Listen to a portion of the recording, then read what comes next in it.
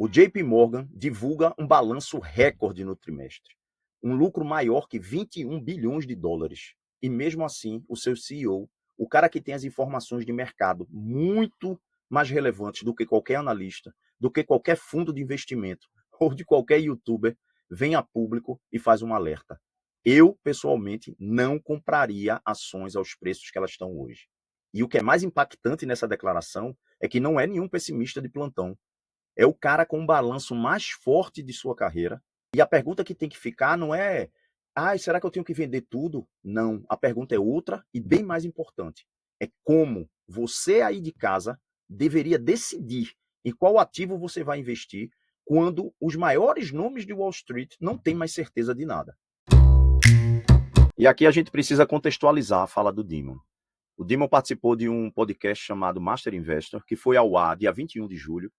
Não foi a primeira vez que ele foi cauteloso em relação ao mercado. Ele já tinha falado semanas antes, chamando o mercado de exuberante, e agora ele trouxe um tom mais pessoal para sua fala, quando disse que ele não faria nenhum tipo de investimento aos preços que estão sendo praticados hoje nos ativos. Ele acha que os riscos estão subestimados, o risco geopolítico, o risco de gastos militares e também os riscos de déficits fiscais no mundo que estão escalonando. Então, aí é que mora uma armadilha, porque a nossa decisão, ela não pode ser baseada em nenhuma manchete ou em nenhuma fala de qualquer CEO que seja. Porque o mercado pode subir 20% depois disso. E o próprio Dimon sabe disso, porque em janeiro ele tinha feito também um alerta desse tipo, e o mercado chegou a recuar, mas logo depois continuou crescendo e crescendo 20%.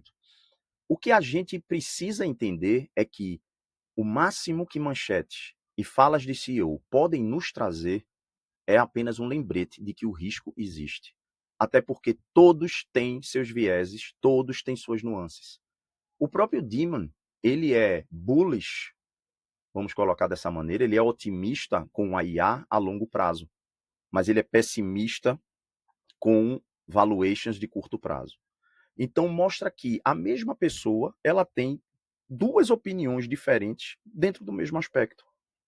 Então é isso que nos faz relembrar de que as nossas decisões com relação ao investimento não pode ser baseada por manchete.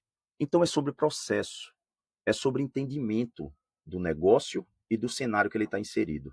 É sobre valuation correto em diferentes cenários para que notícias negativas não peguem o investidor de surpresa.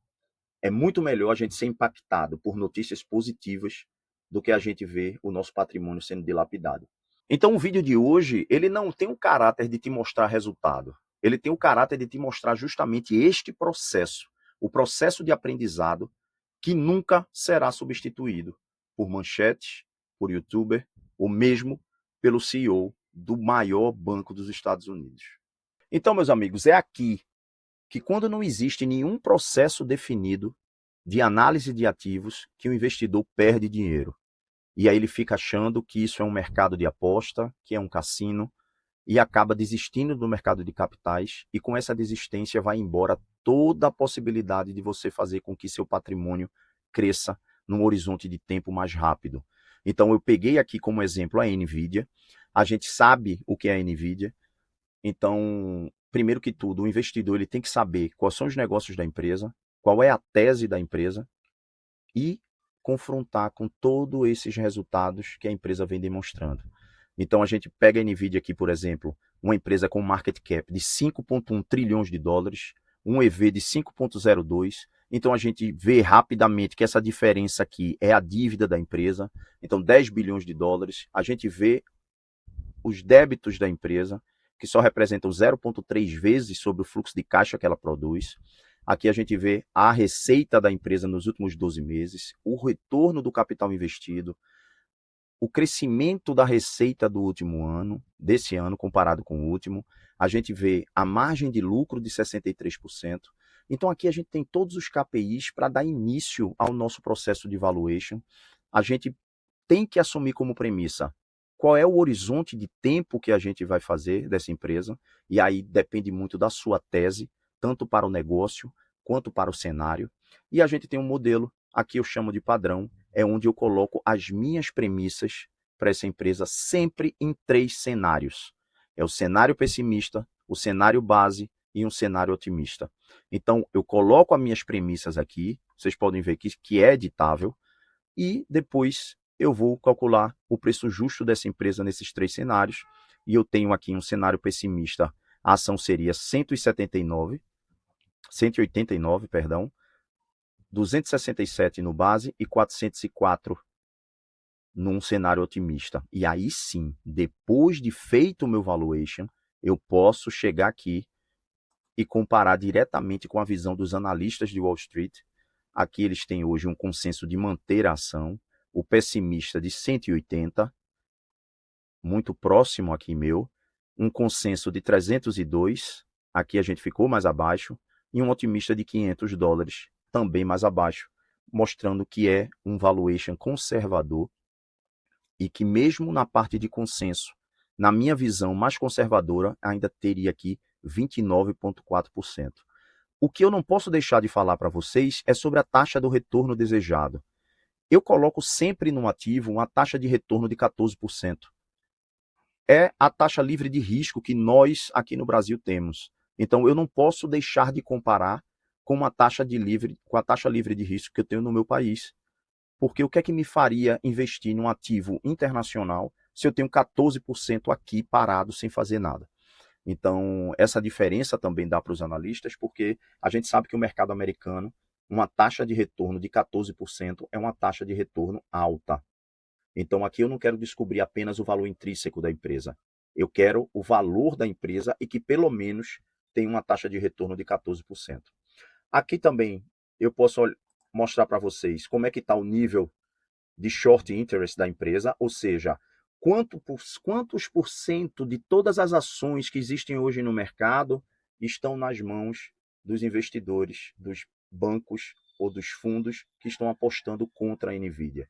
É apenas 1,39%, ou seja, nos ritmos diários de negociação desse papel seriam 2,2 dias, e ações em short são apenas 324 milhões, apenas porque ela tem um número muito alto de ações hoje no mercado. Então a gente faz o valuation pelas premissas, a gente tem toda a visão aqui do fluxo de caixa da empresa, a visão de receitas ou de lucros, e aí a receita e lucro, tanto trimestral quanto anual. A gente tem aqui embaixo um gráfico de ações mostrando como é que está o comportamento desse papel. E por último, o valuation, que ele tem sempre que ser em camadas. A gente tem o valuation pelo fluxo de caixa, onde eu posso também colocar aqui minha taxa de desconto de 14%, assumir um múltiplo de saída, que é o que a Nvidia tem hoje, e eu vou assumir aqui, brincar com o futuro da Nvidia, que eu acho que vai ser um futuro bem mais competitivo.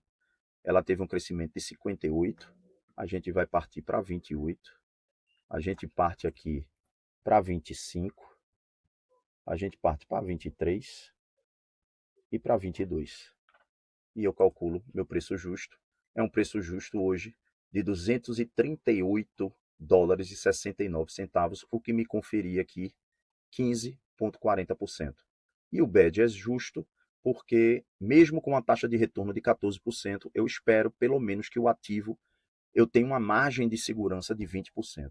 Então, com um processo desse instalado, dificilmente você vai cair em armadilhas, dificilmente você vai ser impactado por alguma notícia que seja tão relevante ao ponto de fazer esse papel recuar os 20% de margem de segurança, mais os 14% da margem que você está solicitando de retorno. Aí, a não ser que realmente seja um ativo, você está querendo investir em ativos que não tem qualidade nenhuma, e aí sim você é que está se comportando como quem está na cadeira de um cassino.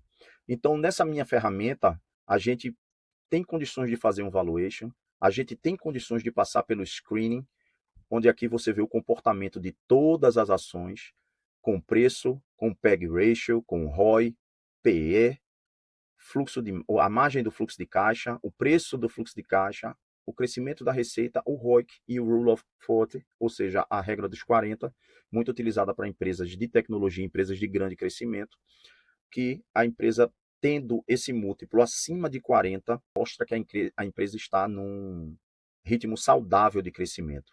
Além disso, eu tenho aqui os padrões de Peter Lynch, de Greenblatt, e aqui eu separo um pouco as ações por cada negócio de segmento.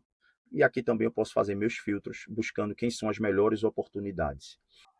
Formo minha watchlist, formo o meu preço teto e também tenho a minha carteira. Aqui os volumes diários. Então mostra para a gente quando existe um ativo que tem uma pressão vendedora ou uma pressão compradora nele. E aqui eu posso alternar entre ativos brasileiros e ativos americanos. E a gente mostra aqui o médio dos últimos 20 dias, o volume de hoje. E ele vai ter um alerta aqui quando esse volume é muito maior do que a média dos últimos 20 dias. Assim também como eu monitoro todos os principais fundos de investimento através do 13F, que é o relatório que esses fundos têm que enviar para a SEC, mostrando aqui suas posições, o status e qual é o tipo da posição. Por exemplo, a gente tem aqui o Aschenbrenner, que é muito famoso por posições em IA, e a gente tem ele com put, ou seja, apostando contra o ETF da VanEck, contra a Oracle, contra a Broadcom e contra a AMD. E a gente tem outras posições que são de longo prazo e mostrando se ele aumentou ou se ele reduziu. Então, é uma ferramenta completa. Então, quem achou interessante essa ferramenta, comenta aqui embaixo, coloca processo e eu vou liberar para vocês essa ferramenta, a ferramenta que foi feita por mim. Eu mesmo desenhei, porque eu estou cansado de ver ferramentas onde existem 1001 indicadores e poucos deles são usados para que eu realmente faça um valuation da maneira que é para ser feito. Escreve processo, eu vou liberar essa ferramenta para você por 7 dias grátis e para que você possa cancelar, inclusive, sem nenhum problema, se você acha que a ferramenta não atende da maneira como você acha que deveria ser atendido. Falou? Beleza? Valeu!